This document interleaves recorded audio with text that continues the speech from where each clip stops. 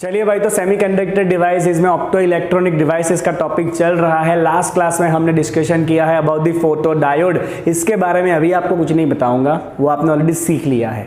इस particular part में हम बात करने वाले हैं अबाउट LED। नाम तो सुना ही होगा, लाइट एमिटिंग डायोड।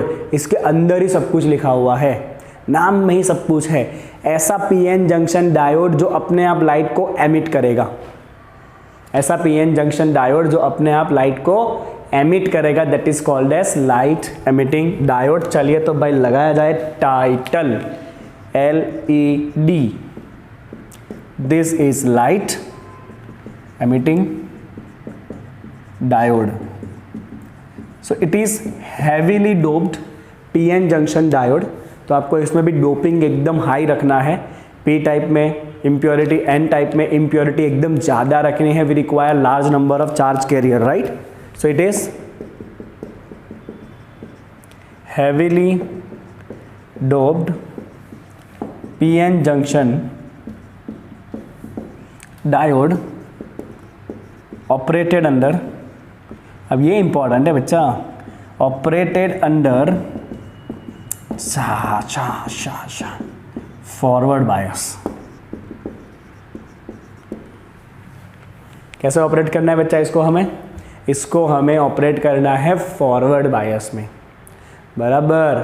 ओके। आपने जो फोटो डायोड किया वो भी हाईली कॉन्सेंट्रेटेड था, बट उसको रिवर्स बायस में हमने लगाया था। ओके। और फोटो डायोड में लाइट गिरती है और इलेक्ट्रिसिटी बनती है। यहाँ पे क्या होता है पता है? यहाँ पे अपने आप लाइट एमिट होती है, अपने आप ये लाइट को एमिट करता है, right? Which spontaneously emit the light. यही तो सीखना है कि लाइट एमिट कैसे हुआ। विच स्पॉन्टेनियसली एमिट लाइट। अब लाइट एमिट हो रहा है तो लाइट को रास्ता तो देना पड़ेगा ना बाहर आने के लिए। तो that is definitely there has to be transparent cover, जहाँ से लाइट जो है वो बाहर आ सके, right? So it is enclosed in transparent cover. समझ जाना, for light to escape. Light तभी तो बाहर आएगा, है ना, बाकी बाहर नहीं आएगा। इसका सिंबल रिप्रेजेंटेशन कुछ ऐसा है जो आपको बुक में नहीं दिया है। This is PN junction diode. ये अपने आप लाइट को एमिट करेगा। फोटो डायोड में लाइट इंसिडेंट हो रहा था ना, और इसमें लाइट क्या होता है? अपने आप एमिट होता है, ठीक है? चलिए अब होना क्या है इसके अंदर वो समझिए। तो मैं आपको ना एक छोटा सा फिगर बना के समझाता हूँ, ताकि आपका लॉजिक क्लियर हो जाए कि भाई ये काम कैसे कर रहा है और कौन ऐसा जीनियस होगा जिसने ये टेक्नोलॉजी सोचा होगा। क्योंकि लाइट के लिए तो हम बल्ब यूज़ करते हैं, इनकंडेंसेट लैंप। तो ऐसा कोई तो होगा ना जिसने ये रिवॉल्यूशनरी आइडिया सोचा है। जिसने भी ये ढूंढा था उसको नोबेल प्राइज़ मिला था, इतना मुझे पता है, right? Because normally incandescent lamps are use, lamp use होते हैं, राइट? जिसमें टंगस्टन का फिलामेंट आता है, वो गर्म होता है और लाइट एमिट करता है। And this is completely different technology, because LED गर्म नहीं होता है। और बल्ब अगर 10 मिनट भी चालू रहा ना, उसके बाद बल्ब को आप टच भी नहीं कर सकते हो। हाई गर्मी, समझे? ये इनकंडेंसेट लैंप जो है ना, उसका कोई दिक्कत नहीं है। ये LED जो है कोई प्रॉब्लम नहीं है उसका, कितना भी चलाओ इतना गर्म होता नहीं है। आप उसको इजीली इधर से उधर ले जा सकते हो। चलो भाई, अभी वापस मुद्दे पे आते हैं। तो मुद्दा है फॉरवर्ड बायस। अब ये हो गया मेरा PN जंक्शन डायोड। मेरी बात ध्यान से समझना मुन्ना, ठीक है? ये मेरा P है, ये मेरा N है। अब मुझे पता है N टाइप में तो बहुत ही सारे इलेक्ट्रॉन होते हैं, majority charge carrier. P side में बहुत ही सारे होल होते हैं, मेजॉरिटी चार्ज कैरियर। और इधर एक डेप्लेशन लेयर बनता है, ये आपको पता है सब कुछ, हाँ? अब मुझे इसको ना कनेक्ट करना है फॉरवर्ड बायस में। फॉरवर्ड का मतलब होता है P के साथ प्लस, N के साथ माइनस। अब बच्चा बात ये है कि जैसे ही आप फॉरवर्ड बायस कनेक्ट करते हो ना, तो जो डिप्लेशन बैरियर होता है ना, वो थोड़ा सा कम हो जाता है और इलेक्ट्रॉन का N में से P में जाना और भी आसान हो जाता है। हाँ के ना, मतलब यहाँ पे फॉरवर्ड बायस की वजह से बहुत ही आसानी से इलेक्ट्रॉन N में से P में जाएंगे और होल जो है वो P से N में जाएंगे। अब अगर इलेक्ट्रॉन N से P में गए हैं तो उधर खड़े खड़े ऐसे देखते थोड़ी रहेंगे।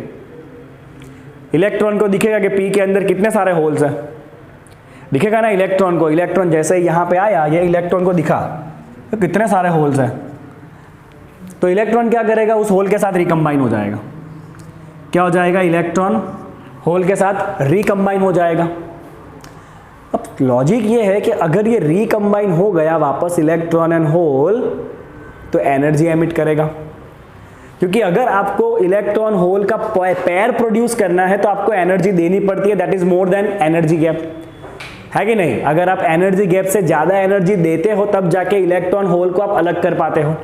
तो यहाँ पे अगर इलेक्ट्रॉन और होल वापस रिकम्बाइन हुए तो वापस वो एक्टिव जो एनर्जी गैप था उतना एनर्जी छोड़ेंगे कि नहीं छोड़ेंगे, बताओ तो। लॉजिक आ रहा है समझ में आप सबको। अगर इलेक्ट्रॉन होल वापस रिकम्बाइन हुए तो वो एनर्जी गैप जितना एनर्जी वापस क्या करेंगे, रिलीज करेंगे। और ये जो एनर्जी रिलीज होगा ना, this release energy is in the form of radiation. ये किस फॉर्म में होता है, रेडिएशन के फॉर्म में होता है, that is the light, that is what you require. तो जो ये इलेक्ट्रॉन होल रिकम्बाइन होंगे ना अपने आप, उसकी वजह से एनर्जी रिलीज होगी and that is light, and that's why they are called as light emitting diode. I hope आपको लॉजिक समझ में आ गया है क्या करना है वो। अब आप इसके इर्द गिर्द पूरी थियरी बुन दो। चलो इसके इर्द गिर्द थियरी बुनी जाए। So will write here, due to forward bias electrons cross junction from N to P and holes from P to N। Electron N से P में जाएंगे, होल जो है वो P से N में आएंगे, राइट। हियर इलेक्ट्रॉन का कॉन्सेंट्रेशन P की तरफ बढ़ जाएगा बिकॉज इलेक्ट्रॉन N में से P में आ गए हैं, राइट। तो concentration of electron on P side near junction increase, है कि नहीं। इलेक्ट्रॉन N में से P में आ गए तो उधर इलेक्ट्रॉन बढ़ जाएंगे। And concentration of holes on N side near junction increase।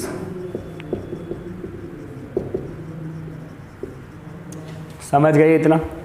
अब ये जो कॉन्सेंट्रेशन इंक्रीज हुआ है, इलेक्ट्रॉन तो यहाँ पे माइनॉरिटी चार्ज कैरियर है तो वो जाके होल के अंदर रिकम्बाइन हो जाएगा।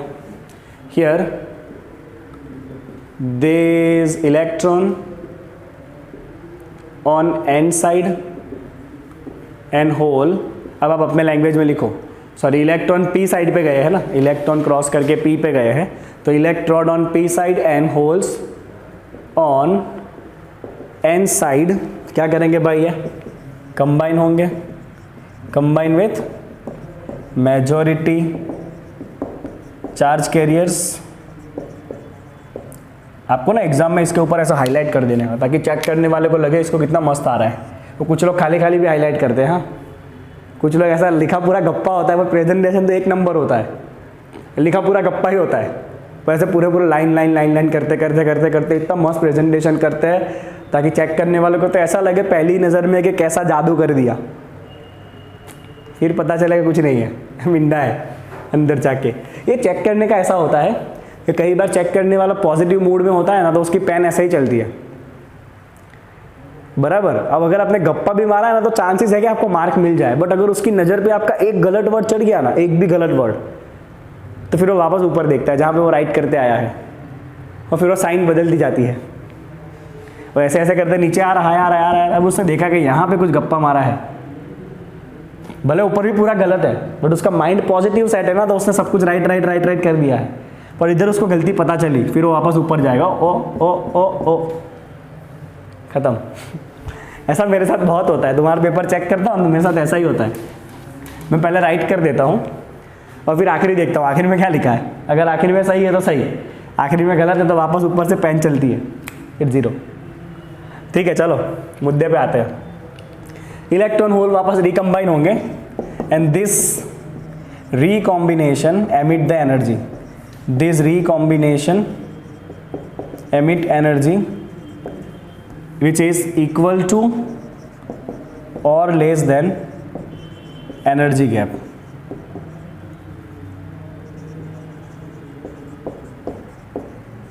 which is equal to or less than energy gap। तो आप सिंपली याद ऐसे रखो बच्चों कि ये इलेक्ट्रॉन ये होल जब दोनों के दोनों वापस रिकम्बाइन होंगे ना, तो वो क्या करेंगे, एनर्जी छोड़ेंगे।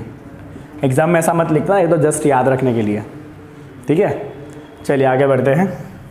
अब दिस एमिटेड एनर्जी, ये जो एमिट हुआ ना energy, should be in visible region. अब इसके बारे में हम चर्चा करेंगे कि विजिबल रीजन में अगर आपको एनर्जी चाहिए तो आपको सेमीकंडक्टर में क्या ध्यान रखना है। चलो एक और बात, अगर आपने फॉरवर्ड बायस का वोल्टेज बढ़ाया तो डेफिनेटली फॉरवर्ड का करंट भी बढ़ेगा, तो उससे इलेक्ट्रॉन होल का रिकॉम्बिनेशन भी ज़्यादा होगा, तो जो लाइट मिलेगी उसकी इंटेंसिटी भी बढ़ेगी। बट एक पॉइंट के बाद वो इंटेंसिटी मैक्सिमम हो जाता है, फिर अगर आपने और फॉरवर्ड करंट बढ़ाया तो इंटेंसिटी वापस घटना चालू हो जाएगा, बराबर। तो आपको एक और पॉइंट यहाँ पे स्पेसिफाई करना है, इंटेंसिटी ऑफ लाइट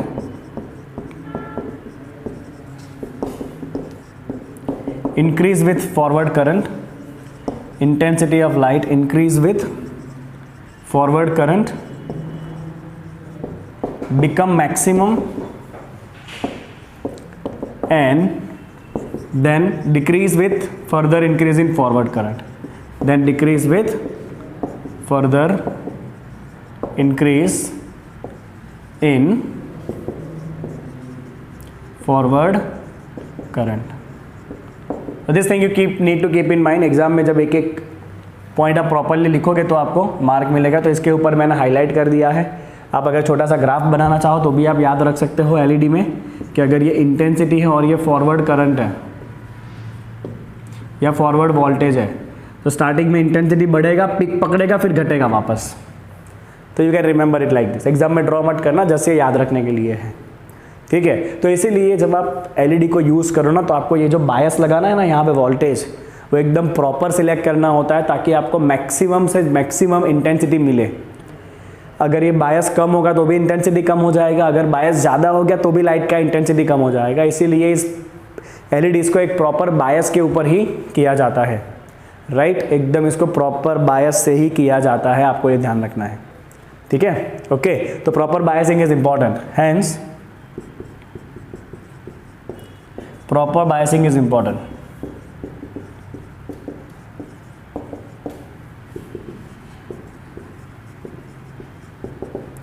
अब अगर आप इसका फॉरवर्ड रिवर्स कैरेक्टरिस्टिक देखो तो क्या होगा, चलिए इसका एक स्क्रीनशॉट ले लीजिए और फिर देखते हैं कि इसके फॉरवर्ड बायस कैरेक्टरिस्टिक कैसे होंगे। आई होप कि यहाँ तक तो आपको खेल समझ में आ गया है कि एलईडी एक्चुअल में कैसे काम करता है ना। डिफरेंस याद रखना, एलईडी में फोटो डायोड और फोटो डायोड में एलईडी लिख के मत आ जाना। Just keep the difference in your mind, right? Difference ध्यान रखना दोनों में। चलो अब इसका फॉरवर्ड रिवर्स कैरेक्टरिस्टिक देखते हैं। तो इसका फॉरवर्ड कैरेक्टरिस्टिक नॉर्मल सिलिकॉन का जैसा होता है ना, फॉरवर्ड कैरेक्टरिस्टिक, राइट, सीधा ऐसा ग्राफ वैसा ही होता है। बट इसका जो उसका जो थ्रेशोल्ड वोल्टेज होता है वो हाई रहता है, और अलग अलग कलर के लिए थ्रेशोल्ड वोल्टेज अलग अलग रहते हैं, राइट। अलग अलग कलर के हिसाब से थ्रेशोल्ड वोल्टेज अलग अलग रहते हैं। तो हम लिखेंगे यहाँ पे here its forward characteristic of LED is same as silicon diode, okay, and different threshold voltage which is normally higher are for different colours. अलग अलग कलर के लिए अलग अलग थ्रेशोल्ड वोल्टेज रहेंगे। थ्रेशोल्ड वोल्टेज याद करो बच्चों क्या होता है, फॉरवर्ड कैरेक्टरिस्टिक ऐसा था, राइट। तो ये वोल्टेज जहाँ पे आके करंट एकदम बढ़ता है जिसको हम कहते हैं थ्रेशोल्ड वोल्टेज, राइट। तो अलग अलग कलर के लिए अलग अलग थ्रेशोल्ड वोल्टेज रहता है, ठीक है। और इसका रिवर्स में बहुत ध्यान रखना है। इसका जो रिवर्स ब्रेकडाउन वोल्टेज होगा ना, वो खाली 5 वोल्ट के आजू बाजू होता है। पूछो क्यों? क्योंकि कॉन्सेंट्रेशन बहुत हाई है।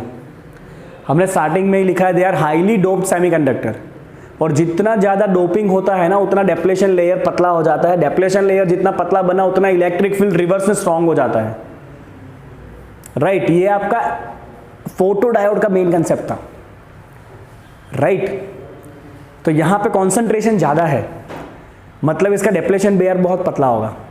तो अगर रिवर्स में आपने थोड़ा सा भी वोल्टेज लगा दिया ना, करीब 5 वोल्ट भी, तो इलेक्ट्रिक फील्ड इतना स्ट्रांग हो जाएगा कि पूरा का पूरा जो आपका पीएन जंक्शन डायोड है ना उसको ब्रेक डाउन कर देगा, एलईडी बंद हो जाएगा। तो इसको रिवर्स बायस में बहुत ही ध्यान रखना है, गलती से भी इसको रिवर्स बायस लगना नहीं चाहिए। That is something you need to keep in your mind, right. So due to high concentration impurity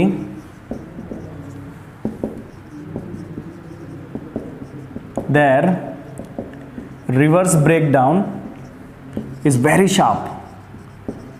Reverse breakdown take place at small voltage about 5 volt, right? So one should be very careful, hence be careful not to use it or not to apply any reverse voltage, क्योंकि थोड़ा सा भी reverse voltage आपकी LED को ख़राब कर सकता है, थोड़ा सा भी रिवर्स वोल्टेज एलईडी की बैंड बजा सकता है, राइट। क्योंकि इलेक्ट्रिक फील्ड स्ट्रांग हो जाएगा, पूरा सर्किट ब्रेक डाउन कर देगा वो। तो एलईडी फॉरवर्ड में यूज़ करना है, रिवर्स में कभी नहीं जाना चाहिए। तो एक और इम्पॉर्टेंट पॉइंट आ गया, राइट। चलो आखिरी point. Now for visible light, for visible light, ये पॉइंट याद रखना बच्चों।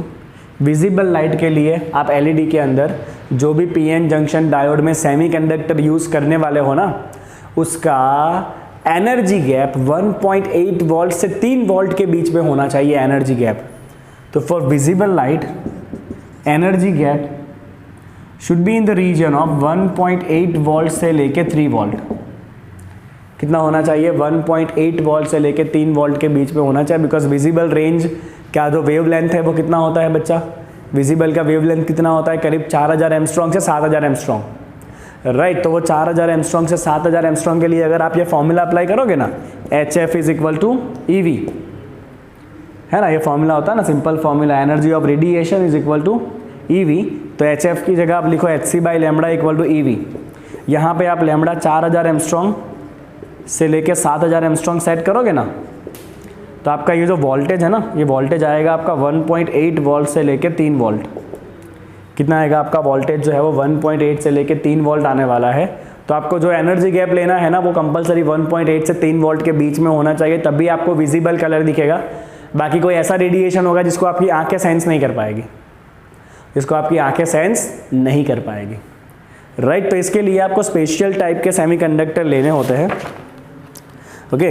तो स्पेशल जो सेमीकंडक्टर है आपको थोड़ा सा डेटा याद रखना है यहाँ पे। नॉर्मली आप सिलिकॉन और जर्मेनियम नहीं ले सकते हो, बिकॉज नॉर्मल सिलिकॉन और जर्मेनियम का एनर्जी गैप इससे बहुत कम है, 0.1 एंड 0.2 एंड 0.7 के आजू बाजू है उनका तो खाली।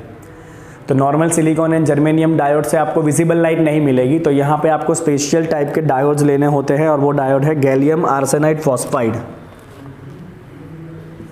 Gallium arsenide phosphide, right, that is GaAs।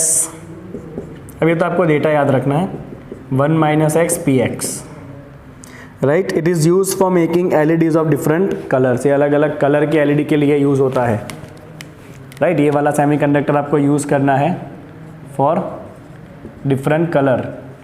अच्छा खासा डेटा है इसके अंदर, हाँ, अलग अलग कलर के लिए आपको ये यूज़ करना है, राइट। अगर आप नॉर्मल सिलिकॉन जर्मेनियम यूज़ करोगे आपको कलर नहीं मिलने वाला है, ठीक है, ओके।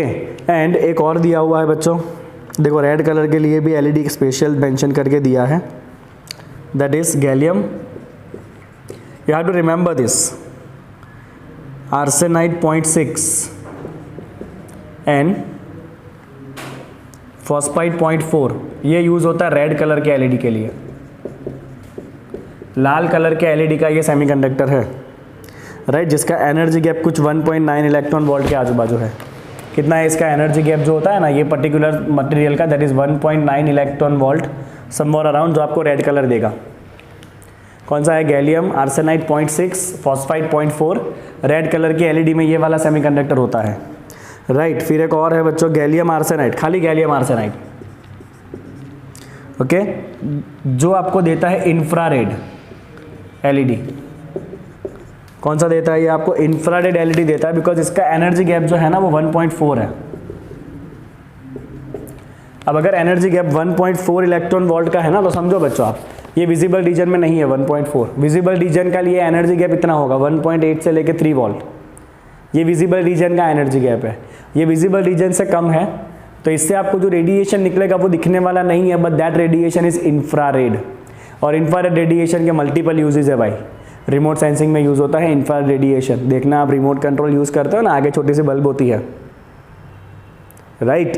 तो रिमोट कंट्रोल के अंदर यही होता है, एलईडी होता है उसके अंदर, बट उसमें से जो रेडिएशन निकलेंगे ना वो रेडिएशन इंफ्रारेड रीजन में होता है, जो आप उसको देख नहीं पाते हो। I hope you are getting this things what I am explaining you, right? मैं चाहता तो ये एलईडी को 10 मिनट में भी कर सकता था, बट जितना डिटेल आपको समझना है वो मतलब क्या है फिर अगर समझोगे नहीं तो। एग्जाम पॉइंट ऑफ व्यू से करना है तो आप एक ही बोर्ड पे कर सकते हो पूरा, पर हमारा काम जो है ना डिटेल में समझना है। क्या पता आगे जाके आप कहीं पीएचडी वीएचडी करो तो मेरा नाम लिखो ना रिसर्च पेपर में, है ना, मोटिवेटेड बाय निकुंज सर, ऐसा हो सकता है शायद आगे जाके फ्यूचर में, right? So it is use for infrared LED, जिसका यूज़ होता है रिमोट कंट्रोल में, burglar, alarm system, optical communication, and extensive research is still being done while LEDs which can replace the incandescent lamp. तो lamp को replace करने के लिए research तो अभी चल ही रहा है बराबर, ठीक है ना? ओके, तो ये वाला जो आपका गैलियम आर्सेनाइड वाला है ना, इंफ्रारेड वाला, इसका यूज़ होता है रिमोट सेंसिंग में, ऑप्टिकल कम्युनिकेशन,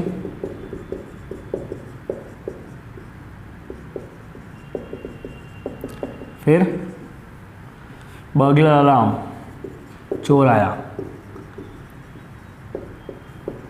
तुम तुम्हारे आजू बाजू रेडिएशन से घिरे हुआ चारों तरफ, बट मोस्टली रेडिएशन हमें दिखते ही नहीं है।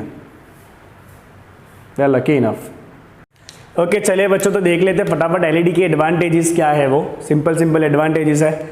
ऑपरेशनल वोल्टेज लो रहेगा तो पावर कंजम्पशन आपका कम रहने वाला है definitely. Second cheese, it has a very fast action and a very low warm up time, right? फटाफट एक तो ऑपरेट होगा और उसका वार्म अप टाइम भी कम है। आप नॉर्मली इनकैंडेसेंट लैम्प देखोगे ना, जिसको हम फोकस कहते हैं, उसको चालू करोगे ना तो 2-3 मिनट के बाद वो प्रॉपर गर्म होता है और लाइट फेंकता है। इसमें ऐसा नहीं है, तुरंत ही लाइट एमिटिंग चालू हो जाएगा। Bandwidth of the light is 100 angstrom to 500 angstrom. Bandwidth का मतलब है जो भी लाइट एमिट हो रहा है उसमें डिफरेंस कितना है वेवलेंथ का, राइट? तो खाली वेवलेंथ का डिफरेंस 100 एंगस्ट्रॉम से लेके 500 एंगस्ट्रॉम तक का रहता है। मतलब यू कैन से ऑलमोस्ट आपको एक ही जैसे वेवलेंथ मिलने वाले हैं, right? Okay, that means it is monochromatic. You will only get the single wavelength, this is what you can assume. 100% तो नहीं है मोनोक्रोमेटिक, बट जो लाइट एमिट हो रहा है उसके वेवलेंथ में इतना ज़्यादा डिफरेंस नहीं है, so we can assume that they are monochromatic. Okay, next, very long life and ruggedness and very fast on off switching. फटाफट आपको इसको ऑन ऑफ कर सकते हो, कोई दिक्कत नहीं है। तो यहाँ पे आपका एलईडी का टॉपिक पूरा होता है। अगला ऑप्टो इलेक्ट्रॉनिक डिवाइस आने वाला है, that is solar cell. Okay.